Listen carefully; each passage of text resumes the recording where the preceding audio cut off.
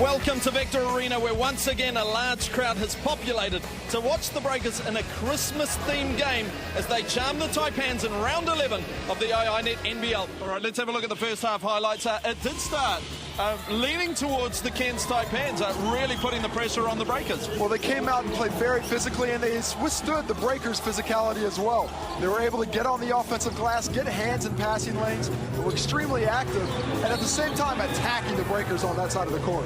Very much so. They forced a few turnovers of the Breakers, and then as the game progressed, the Breakers got a little warm-up. They started getting into it, and we saw both teams just tit for tat. Yeah, they were going back and forth. There was a seesaw battle for a while, but the Breakers started to gain control. They did it with timely offensive rebounds, timely rebounding. When they got the rebounds, they really pushed it the other direction. They were able to really attack them in the transition game. Yes, and then one man really got going, as we touched on, Cedric Jackson. It's almost as if he felt like, okay, enough is enough.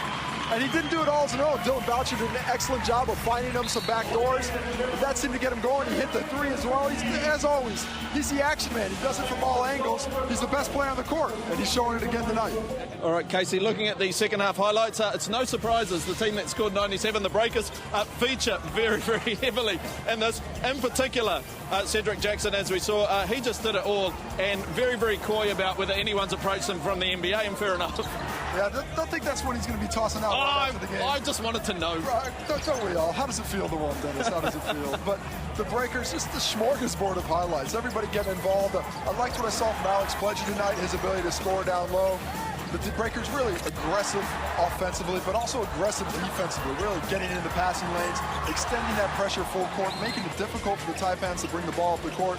And when their defense is going, that turns into offense for them. And one player we haven't touched on, Alex Pledger, an outstanding game for him this evening, was aggressive, scored some points, got some rebounds, exactly what he's supposed to do. Well, I like what the Breakers did tonight. They were a little bit more patient in the post. They weren't completely dependent on shots from the outside, although we do see a lot of them in the highlights, but they gave Alex Pledger a couple touches down low, in particular early in the game, and I think that got his feel into the flow a little bit better and enabled him to play with a little bit more aggression when he got the ball in the post. And it was nice to see Leon Henry with that deep three. Love it when he does that.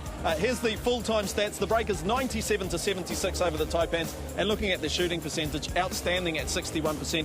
And what we touched on right at the very top there, Casey, of this particular segment is the assists. The Breakers really sharing the ball around. Well, you look at that stat, 20 assists off 38 shots. That's over half their buckets are coming from somebody else. They're creating offense for each other, and that's what they talked about coming into the game.